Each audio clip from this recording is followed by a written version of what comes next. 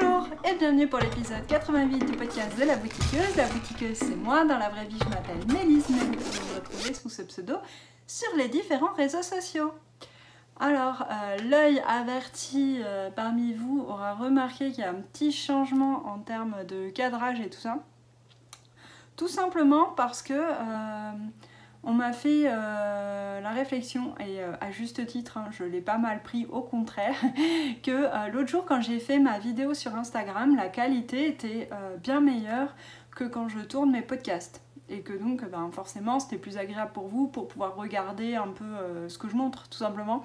Et comme c'est un petit peu quand même le but du podcast, et je me suis dit bon, ce serait bien de faire un effort là-dessus.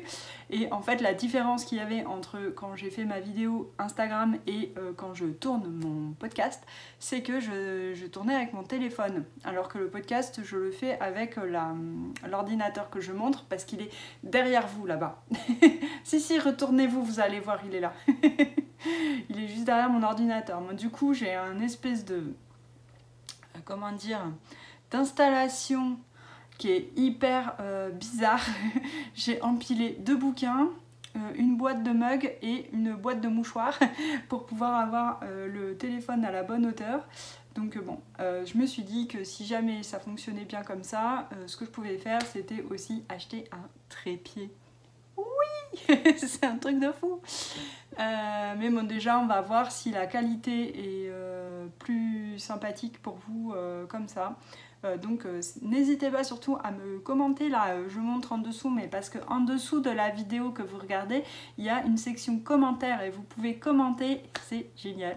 Et donc, me dire si c'est mieux, tout simplement. Voilà. Bon, du coup, on va passer à la partie tricot. Et en tricot, à la partie tada! Et donc en tada cette semaine, il y en a un. Oui, c'est mieux que la semaine dernière. Enfin la semaine dernière, c'est pas la semaine dernière, c'était il y a 15 jours, mais il n'y avait pas de tada quand même. Hein. Oui, j'ai fini la paire de chaussettes pour mon homme. Donc voilà la première, voilà la deuxième. Et donc il y a 2 chaussettes, oui, 2 chaussettes. C'est un truc de fou. Je m'emballe un peu, désolée. Surtout que c'est que des chaussettes. Hein. Bon, la meuf s'emballe carrément, mais c'est des chaussettes. Et en plus, c'est même pas des chaussettes en fingering, c'est des chaussettes en sport. Donc, voilà la chaussette. Je vous montre ça de plus près. Touk, touk, touk. Alors, comme j'expliquais la dernière fois, je suis partie du haut. J'ai fait des côtes de 2. Ensuite, je suis passée en côte 3-1. J'ai fait un talon renforcé et le pied tout droit et une pointe arrondie comme j'aime les faire. Et tous ces jolis dessins, ce n'est pas moi qui les ai faits, c'est la laine qui les fait toute seule. Oh merveille. La laine, c'est la Regia 6 brins, donc 6 plis, c'est écrit, en fait c'est 6 ply qui veut dire brun, donc voilà. Sur l'étiquette c'est écrit 6 plis du coup qu'est-ce que je voulais dire par rapport à ça, oui du coup elle est plus épaisse et donc je l'ai tricotée avec des aiguilles 3,25. Mon mari était hyper content parce qu'il les a portées l'autre jour en rando, parce que lui c'est le genre de chaussettes qu'il porte dans ses chaussures de montagne, là, les chaussures en cuir là, de montagne. Et donc il met ça par-dessus sa paire de chaussettes. Je ne comprends pas pourquoi. Ne me demandez pas pourquoi il met des chaussettes en laine par-dessus une paire de chaussettes en coton. Je ne comprends pas le concept, parce que a priori, moi dans ma tête, la chaussette en laine c'est vachement bien parce que justement ça permet d'avoir ce côté chaud et à la fois respirant et de pas donc transpirer trop ou quoi que ce soit. Et la chaussette du commerce, justement, on va un peu, pardonnez-moi l'expression, baigner dans son jus. C'est un peu cracra, mais bon, c'est un peu ce que ça fait, quoi. Et donc, moi, dans ma tête, juste une paire de chaussettes normales, ça suffit. Mais bon, a priori, d'après les grandes théories montagnardes de la Savoie, non. Il faut 2 paires. Et pas 2 paires en laine, hein. Non, une paire en coton et... Donc voilà les chaussettes. Donc il est content parce que la dernière paire que je lui avais faite était un tout petit chouïa trop serré, mais ça allait, mais du coup là il les trouve mieux. Bah oui, forcément c'est un peu serré puisqu'il les met sur d'autres chaussettes. What? Oui, moi à la base quand je lui avais fait ces chaussettes, je pensais qu'il les mettait comme ça, normalement comme des chaussettes quoi. Enfin bon, pas en superposition, en oignon de pied quoi. Le multicouche. Donc voilà pour ça. Qu'est-ce que je voulais dire? Oui, la laine Regia, parce que je vous en parle depuis tout ce temps, que la laine Regia, je l'adore, c'est super pour les chaussettes. Et ben maintenant, Aurélie, ma pote Aurélie de Un Instant Chez Moi, elle en vend. Donc vous pouvez l'acheter sur sa boutique en ligne. Et ça, franchement, c'est trop cool parce que en fait, à la base, la laine Regia, moi, je ne la trouvais que sur le site tissu.net qui n'est pas français, il est allemand ce site. Et donc j'étais bien contente qu'Aurélie se mette à la faire parce que moi j'adore la Regia et comme ça en plus moi je peux y aller et la voir en vrai, donc c'est encore plus trop bien cool. Et sinon ben, c'est sympa parce que si pour les personnes en France, eh ben, la commande elle arrivera bien plus vite qu'avec tissu.net qui sont en plus pas forcément méga rapides de l'envoi. Hein. Donc voilà, si vous voulez des jolies laines à chaussettes, alors elle n'a pas ce coloris dans cette épaisseur, mais elle a le même coloris en fingering. Ça je l'ai vu. Je l'ai vu, je suis allée en repérage pour vous public. J'ai fait un espèce de reportage laine. Non, j'ai je suis allée chez elle, et enfin je suis allée à la boutique et donc j'ai regardé les Regia. D'ailleurs j'en ai pris une balle, hein, comme on dit en québécois. En français on dit une pelote. J'en ai pris une pelote et voilà.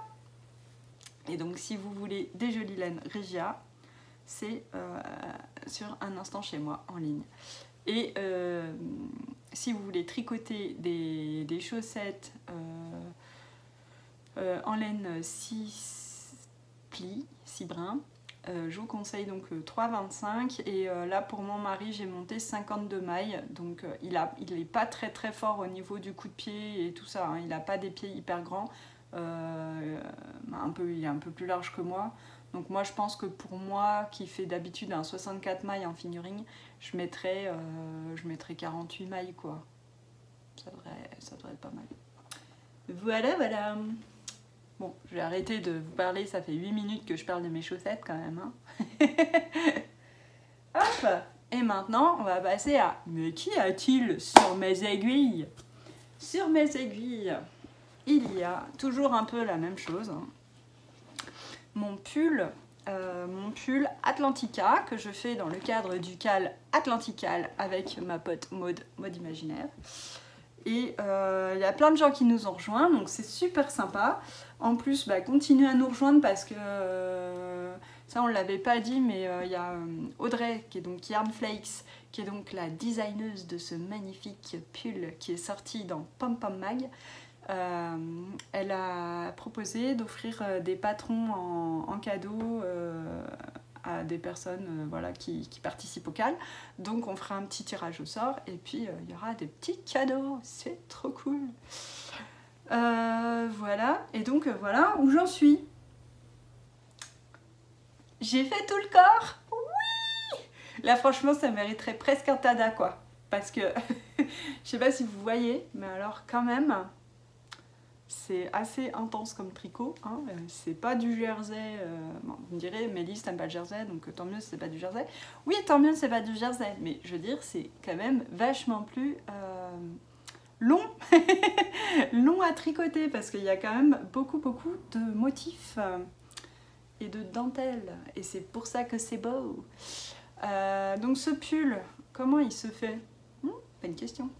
Il se monte de bas en haut, donc on fait le bas, on fait normalement un montage tubulaire, moi j'ai fait le montage alternate cable cast on s'il vous plaît. Le montage c'est alternate cable cast on, je l'avais signalé, je l'avais redit réécrit à quelqu'un dans le dernier épisode. Parce que évidemment, c'est pas très intelligible comme ça, mais surtout si on veut le retrouver.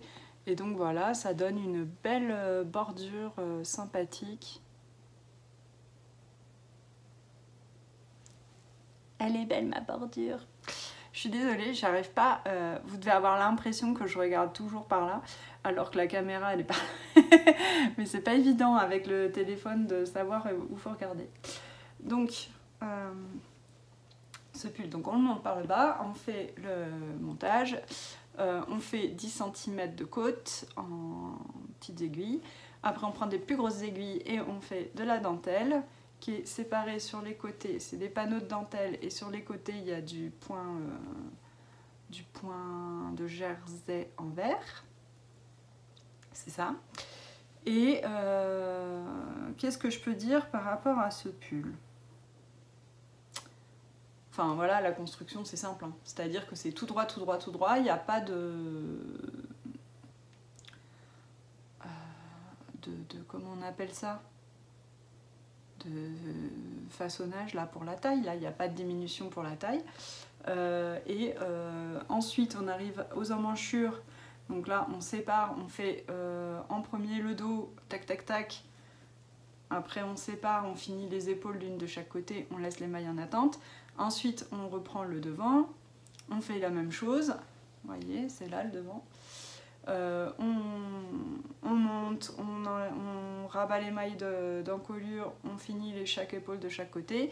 Et ensuite, on ferme par un rabattage à 3 aiguilles, un rabat à 3 aiguilles. Et voilà, moi ça me va, le rabat à 3 aiguilles, c'est assez propre, je trouve. Et c'est assez solide, c'est mieux qu'un grafting par exemple. Et puis en plus, vu les points, faire un grafting sur des jerseys en verre et des dentelles, je suis pas sûre du délire. Voilà, donc ce qui me reste à faire maintenant, c'est relever les mailles pour les manches et pour l'encolure. Je l'ai essayé, il me va bien, j'espère simplement... J'ai plus de lumière, c'est chouette.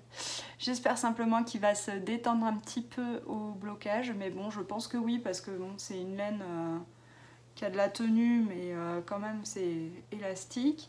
Et qu'est-ce que je voulais dire ? Je voulais dire un truc. Oui, la dentelle, ça a souvent tendance à s'étirer un peu, donc non, à s'étaler quoi. Donc bon, on verra ce que ça donne, mais bon après il me va, il n'y a pas de problème, c'est juste que je le voyais un petit peu plus ample, je sais pas pourquoi. Quoi d'autre ? Oui, ne prenez pas peur pour cette dentelle, voilà, quand même il faut le dire, c'est important, parce que je pense que quand on voit ça, on se dit oh là là, la catastrophe, des nobs, des trous, des machins, des bidules, des trucs, il y en a partout. Oui, il y en a partout, mais... alors, je vais pas vous dire, je vais pas vous mentir non plus, je vais pas vous dire mais non, c'est fingers in the nose, la dentelle on la retient au bout de 2 rangs. Non, pas du tout, c'est un motif qui est sur 30 rangs, donc on le retient pas, c'est certain. Et puis il est sur 24 mailles après. Donc bon, l'avantage c'est qu'une fois qu'on a installé le motif pour chaque rang, quand on fait les 24 mailles, après on se rappelle des 24 mailles à faire quand même, enfin puis on voit, on arrive à le lire le tricot, donc ça aide. Et puis une fois qu'on a appris un peu la gymnastique là, de faire tant de mailles en vert, un jeté, nanani, nanana, bon ça va mieux quoi. Je trouve que en fait les quelques premiers rangs, peut-être les 5 premiers rangs, on est là, ouf, ça va être long cette histoire. Et puis au final, après, on se prend dans le truc et puis ça va. On se met dans la gymnastique de ce tricot-là. Et il faut trouver son rythme en fait. Mais c'est pas c'est pas impossible à faire quoi. Enfin, je veux dire, la preuve déjà, c'est que c'est fait. Et puis en plus, c'est pas de la fingering, hein, c'est de la sport, donc ça va un petit peu plus vite. C'était aux aiguilles 4. Et donc ça monte un peu mieux que de la fingering. Et puis voilà, ça se mérite en fait quoi aussi. Hein. Un joli tricot plein de dentelles, bah oui forcément, ça prend plus de temps qu'un jersey quoi. C'est normal. Voilà, donc j'en suis très très contente. J'ai envie de le finir. J'ai envie de le finir cette semaine, donc on va voir. Après, les manches, c'est que du jersey, donc c'est du jersey envers, mais comme on tricote depuis l'intérieur, enfin sur l'envers, du coup on tricote tout à l'endroit, donc je pense que ça va bien avancer. L'encolure, ça ne devrait pas poser tellement de problèmes, donc oui, je pense que c'est faisable.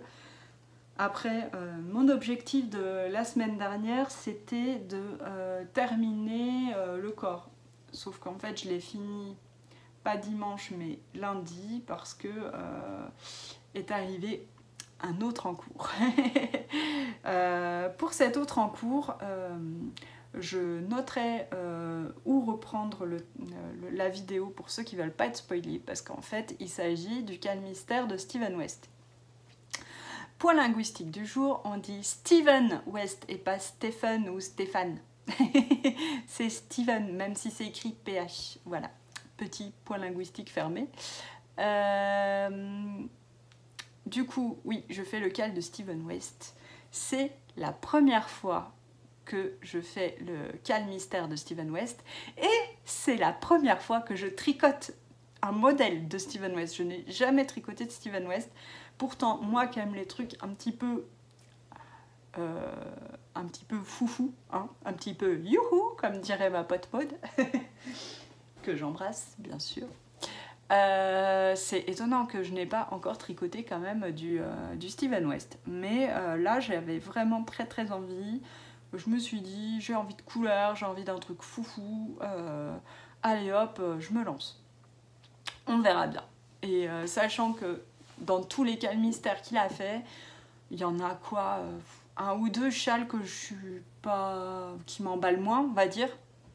Mais les autres, je les trouve tous très beaux, donc je me dis, voilà, il y a quand même une bonne proportion de chance pour que ça me plaise à la fin. Du coup, je vais forcément montrer ce que j'ai fait.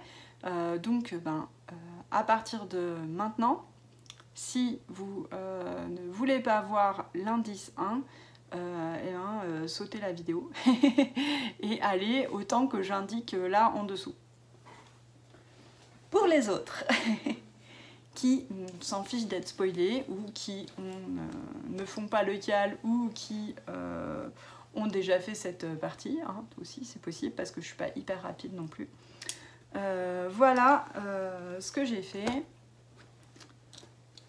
Alors, tac tac tac.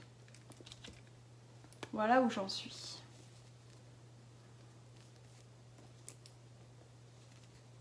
Et alors, je peux vous dire que je suis tellement contente de mon choix de couleur. Je trouve ça génial. J'adore, c'est bien flashouille comme il faut. Ça contraste bien, on voit bien les rayures, on voit bien le contraste par rapport au noir aussi. Et non, je suis juste hyper contente. Et puis alors, qu'est-ce que c'est fun à tricoter, quoi.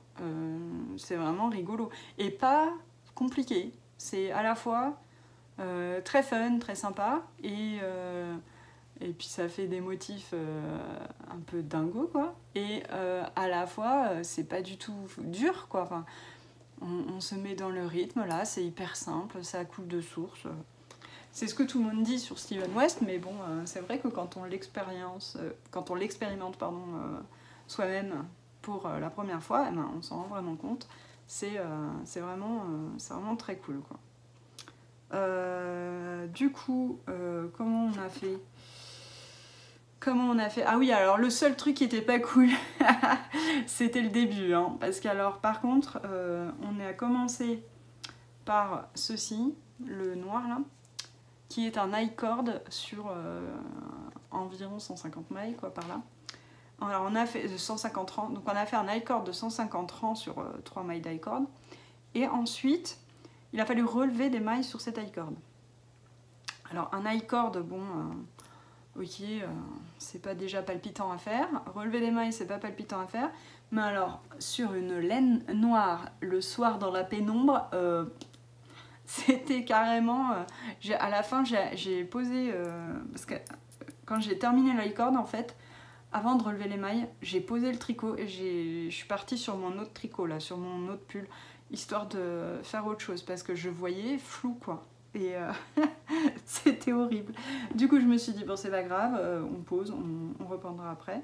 Et je me suis dit, bah mince, si c'est ça le tricot Steven West, le truc bien relou, ça va pas trop le faire, quoi. Et puis bon, c'était juste le montage, parce que, alors après, par contre, c'était hyper simple, hyper bien expliqué aussi. Et, enfin, le montage aussi était bien expliqué, hein, c'est pas ça, mais c'est juste que c'était un peu pas cool, quoi. mais bon, une fois qu'après on est parti, en fait l'idée de cet indice, c'est de faire une espèce de pyramide en alvéole. Voilà.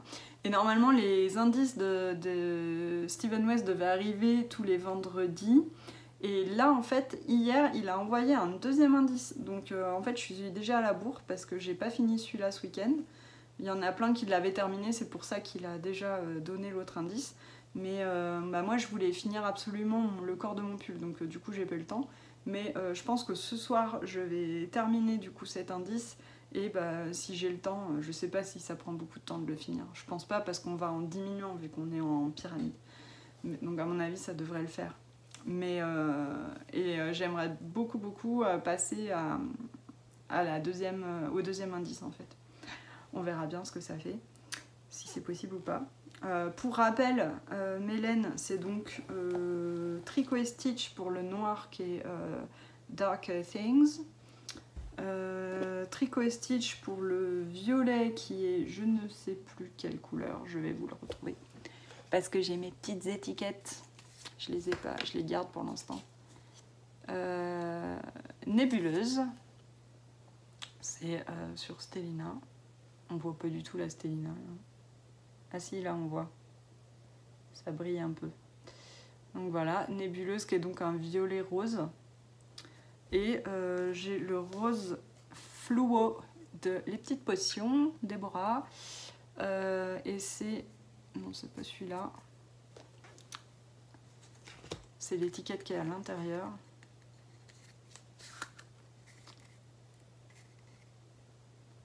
Bah non. Ah, ça doit être Unicorn Spirit. Celui-là. Esprit de licorne. Voilà. Unicorn Spirit. Donc un rose fluo. Hein. Et donc voilà ce que ça donne, les trois ensemble. Et donc je vous remontre pour le plaisir des yeux mon tricot. C'est vraiment rigolo parce que ça fait vraiment... Le noir est très en relief. C'est vraiment marrant quoi. Il a vraiment... là on a des trous là. C'est... ouais, bon, moi j'adore. J'adore. Et bizarrement ma fille adore aussi. Alors à mon avis, celui-là, si j'arrive à pas me le faire chourer...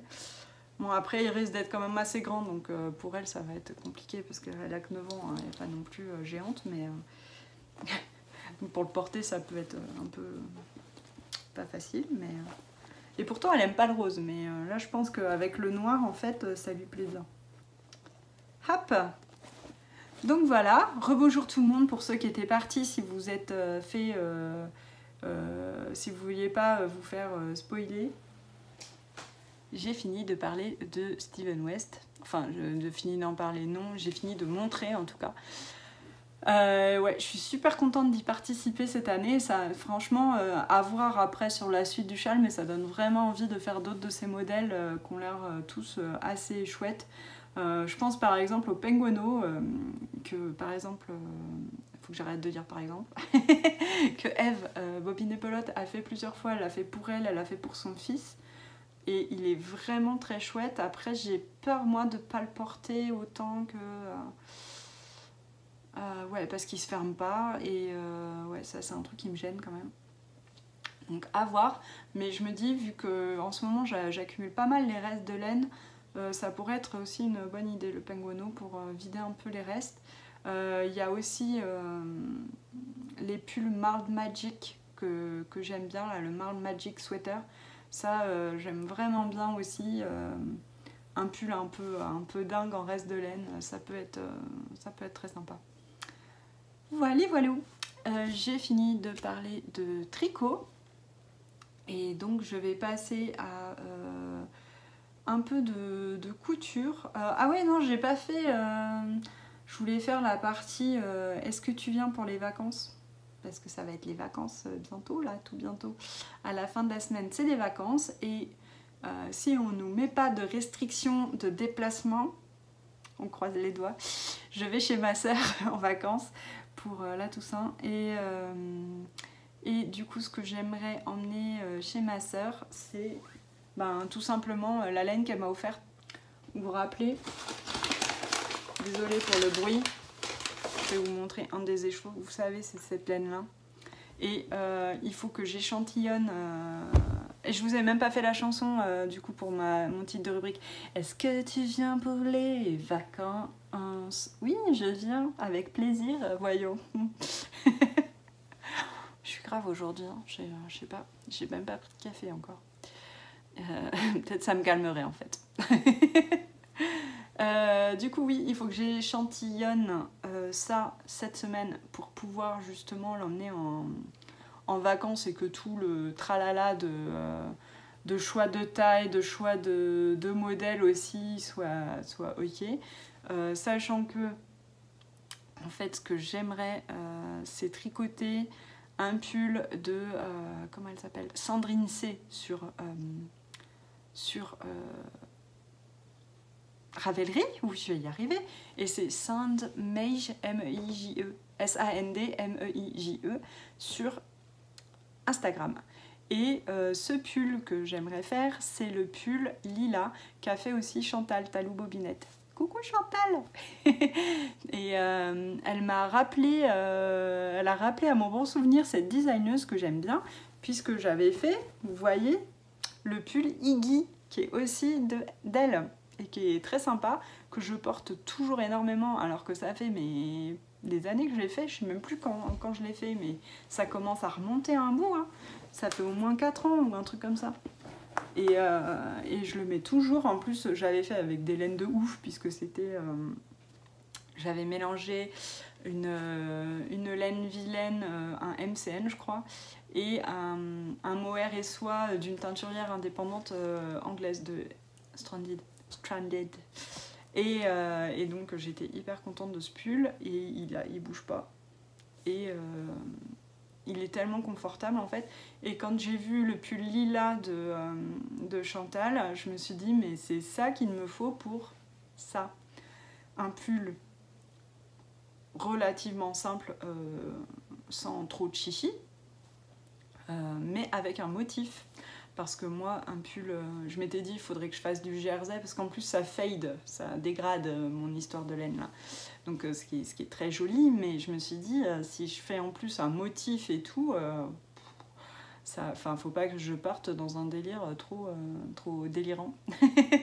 Parce que sinon, en fait, il faut que ce soit vraiment la laine, la star, et pas le motif, quoi. Donc il me faut un motif, mais pas trop présent.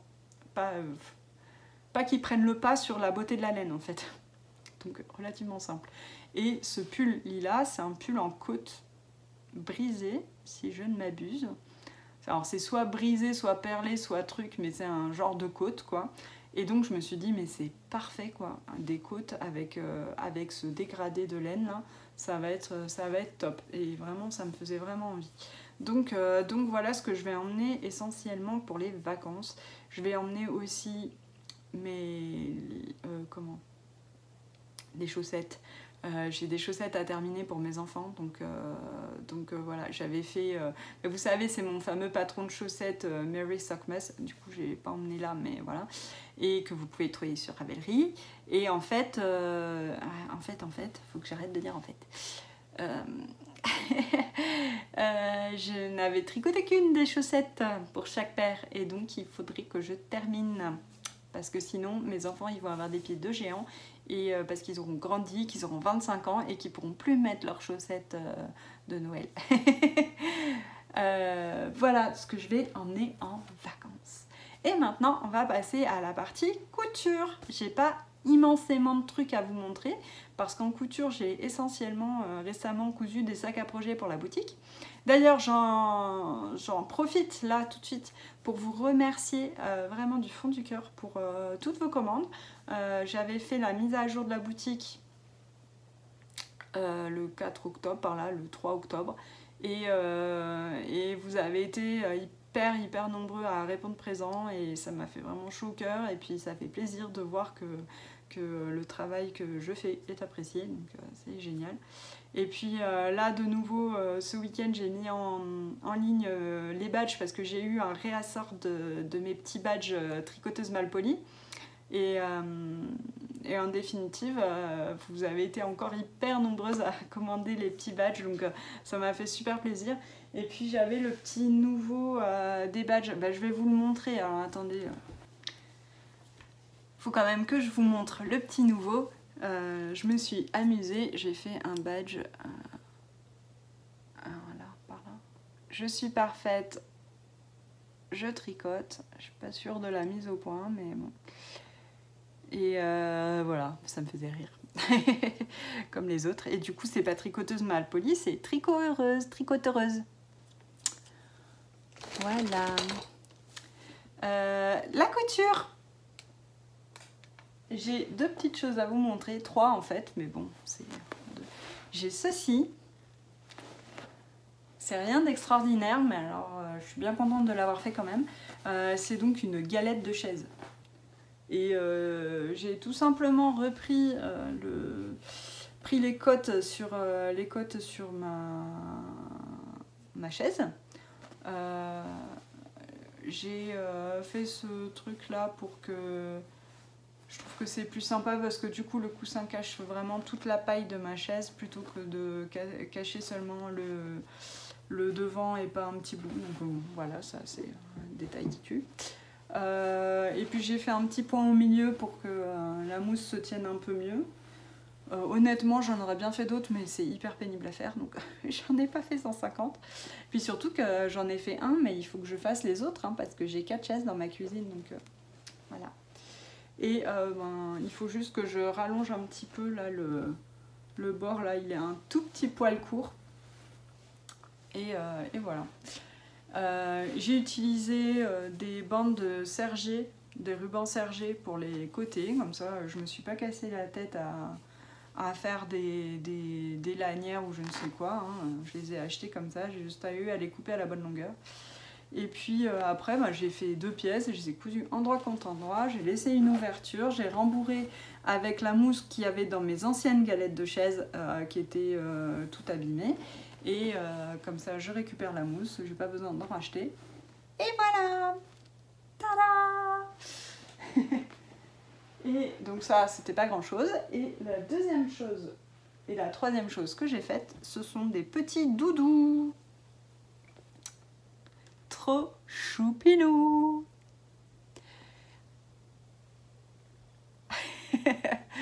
Bref, ça me fait penser à ce matin un lapin.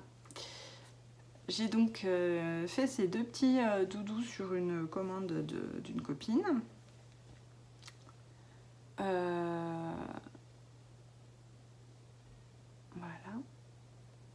J'ai fait des patrons un tout petit peu différents parce que là j'ai fait le patron rond, vous voyez il est rond. Et là j'ai fait le patron carré, vous voyez il est carré. Et ces patrons vous pouvez les trouver sur le blog de Huguette Huguette. Huguette Huguette elle est aussi sur Instagram, son pseudo c'est Huguette HH il me semble. Et donc sur son blog il y a plein de tutos très très sympas et bien faits. Et là en plus elle offre le patron pour... alors il y a la possibilité de le faire rond ou carré. Il y a plusieurs formes de collerette. Là vous voyez moi j'ai fait la petite collerette qu'elle appelle fleur. Mais il y a aussi la collerette étoile et la collerette cœur. Il y a un autre truc en plus. Oui, elle a les petites oreilles pour faire comme un chat ou un nounours. Donc voilà, vous avez... Et puis les têtes par contre, c'est pas les motifs de la tête, c'est pas les motifs qu'elle a proposés. Elle propose des petits appliqués. Moi j'ai changé, j'ai préféré broder parce que ça me faisait plaisir et que je préférais tout simplement le rendu. Donc j'ai brodé, voilà, ce que vous allez voir.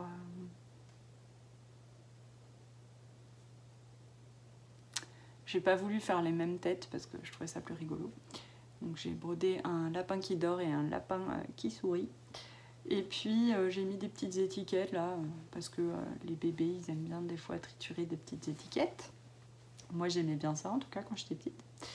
Et puis ce que je trouvais sympa sur ce patron aussi, c'est ça. Il y a une petite pression là. Vous voyez ? Et c'est sympa, ça permet d'accrocher la tétine du bébé s'il en a une. Donc voilà. Ou on peut mettre un anneau de dentition aussi, si on veut. Donc je trouvais ça assez chouette. Voilà, j'ai pris un coton tout simple et puis de la douillette. Voilà, il n'y a rien de foufou. Mais vraiment, je trouve très très sympa. Et puis, ce que j'apprécie aussi chez Huguette, c'est que son patron, je ne sais pas si c'est le cas pour tous ses patrons, mais bon, je vois pas pourquoi. Mais bon, c'est à vérifier quoi. Son patron, elle autorise à le vendre, enfin pas à vendre le patron, mais à vendre les créations qu'on aura réalisées avec ses patrons. Et ça, je trouve ça super, c'est vraiment sympa. Et puis ben, du coup voilà, je trouve ça très chouette et très pratique pour les créatrices. Après, petit point vente par rapport au doudou, parce qu'au début, quand j'ai publié mon article sur Instagram, j'avais mis est-ce que ça vous intéresserait pour la boutique ?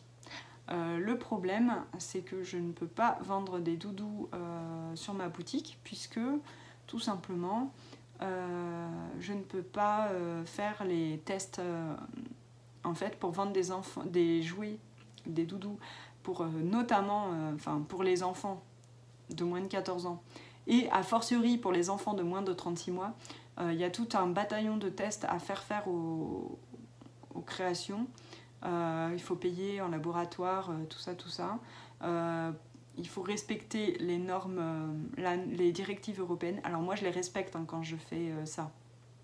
Je les respecte puisque j'utilise des tissus Ecotex, je fais les choses bien, puisque c'est pour des bébés qui vont mettre ça dans leur bouche. Je les tire dans tous les sens, j'arrache les oreilles, enfin voilà, pour la tête et tout, pour être sûr que ça ne va pas craquer. Et que bébé n'est pas en danger. Je mets pas de petits morceaux, vous voyez, je mets pas d'yeux en plastique par exemple, parce que c'est plus sûr. J'ai juste la pression, mais alors elle est entoilée, tout bien, donc avant qu'elle s'arrache, il va falloir y mettre du sien, puis alors pour que bébé puisse réussir à ouvrir cette pression, je sais pas comment il ferait, mais bon, ça me paraît quand même un peu tendu. Mais en tout cas, il n'y a aucun risque qu'elle se défasse. Donc franchement, moi je les respecte, les normes européennes, mais cela dit, je ne peux pas vendre ça sur ma boutique parce que je ne suis pas en mesure de faire les tests et que si je suis contrôlée... En fait, si on est contrôlé... Le problème qu'il y a, c'est qu'on est du coup obligé de faire les tests pour vérifier qu'on respecte bien les normes. Et donc à ce moment-là, il faut payer quand même. Donc bon, c'est un peu compliqué quoi, à mettre en place pour des petits créateurs, c'est un peu chaud. Voilà. Donc j'espère que ça plaira en tout cas aux petits bébés. Moi je les trouve trop mignons. Ma fille, quand elle les avait, elle fait « Oh, ils sont trop choupilous !» C'est vrai qu'ils sont choupinous. Voilà, donc si vous aussi voulez faire des petits doudous pour vos bébés, alors je vous conseille déjà d'utiliser des tissus Ecotex et de faire très attention évidemment à la solidité et d'aller prendre le patron chez Huguette, qui fait des trucs super chouettes.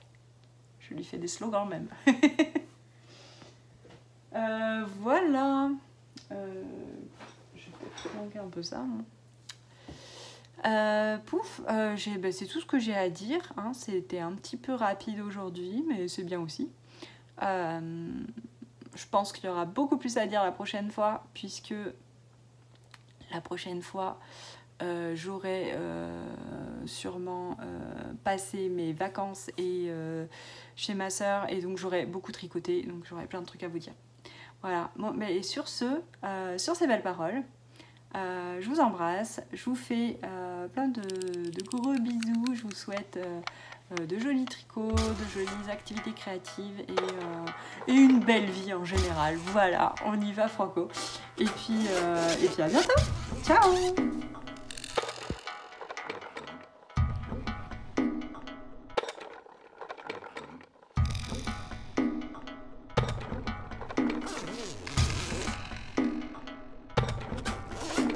Besoin un jour de... ça, quoi. Ben oui, voilà, c'est pour ça, je me C'est disais, génial. et c'est pas tout le monde qui a besoin de ça non plus.